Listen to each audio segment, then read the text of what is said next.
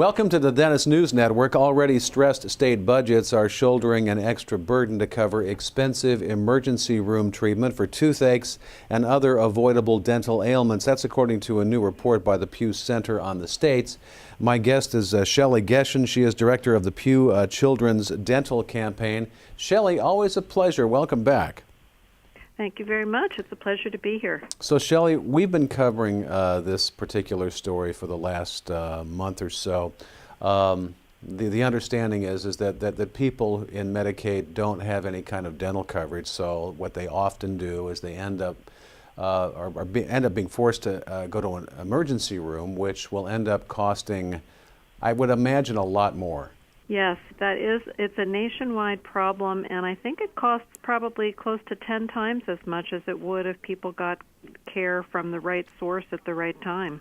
Now, what do you think is the reason that, up until now anyway, preventative dental care, it hasn't been offered through Medicaid? States are required to provide dental benefits for children, but they're not required to provide dental benefits for adults, and that's part of the problem. Because basically dental benefits for adults kind of ebb and flow depending upon the political tenor or the budget situation in a state, and that's hard for everybody. But even people with coverage end up in emergency rooms for avoidable dental problems. I mean, the main problem, I think, is that there isn't enough money in the system. So, many millions of people lack coverage. The most recent estimate I saw was at least 130 million lack dental coverage. That's a lot of people to not have a source of payment for care. Right. And then, of course, we have a big shortage of dentists everywhere, as well as a maldistribution, and most dentists don't accept Medicaid. And it seems logical, too, that especially in dental care, preventative dental care is especially helpful in keeping costs down over the long haul, and it would seem you would hope that would be somewhat obvious.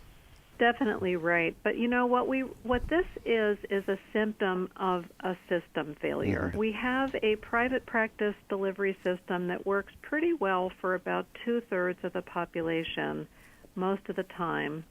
But the other 1/3, there's really nothing for them.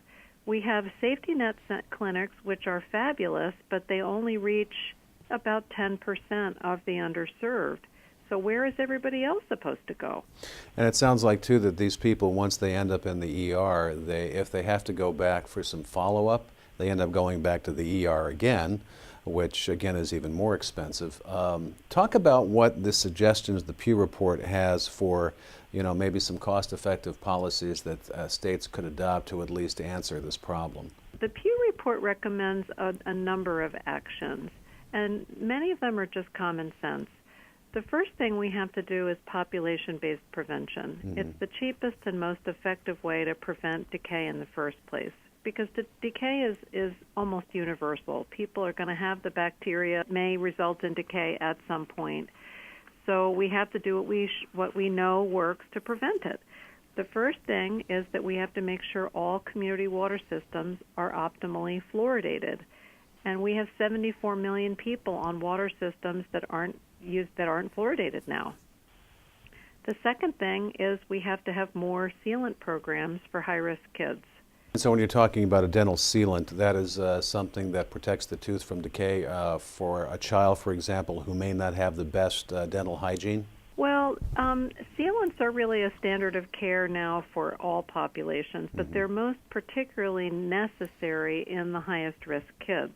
But, of course, the kids who have great access to care are probably at fairly low risk, and they're the ones that generally get sealants.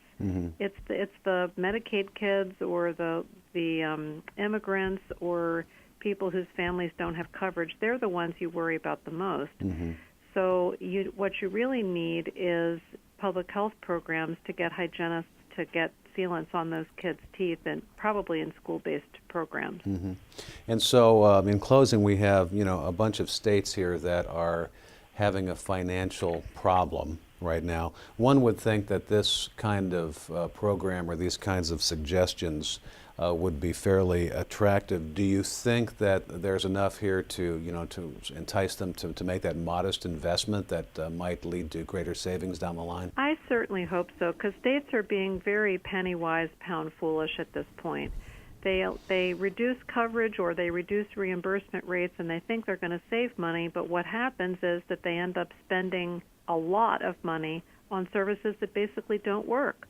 I mean, ER services are the wrong service in the wrong setting at the wrong time for desperate people who really may have no other alternative. And it's a total waste of money because ERs aren't staffed or trained or equipped to provide dental care. Yeah, that's another point. I was going to say that when they do go to the ER, oftentimes aren't they sent to a dentist at some point, or for some, for some of these problems? Yes, I mean, emergency rooms are most likely to write prescriptions for either pain or infection or both, and then they say, go call your dentist. But if they had a dentist, Right. they wouldn't be there in the first place. Yeah. So the other issue, of course, is that states need to address the provider shortage.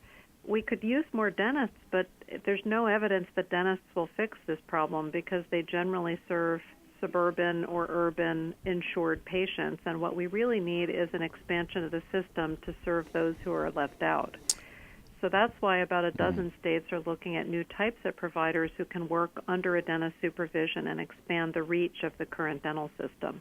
Do you think if Medicaid did provide some, meaningful benefits for adults, that more dentists then would in turn be able to take those benefits? There is hope that if the benefits are adequate and they're continuous, then dentists might look more favorably on the program, because I think it's hard on them Right. when, now you see it, now you don't, because they get committed to a patient and then, overnight that person has no coverage, and what are they supposed to do after Right. that? I think it's a quandary for the dentist as well as the patient. My guest has been Shelly Geshan. She is the director of the Pew Children's Dental Campaign, and she's a frequent guest here on the Dentist News Network. Shelly, always a pleasure. Thank you so much. Thank you for having me. Thanks for watching the Dentist News Network.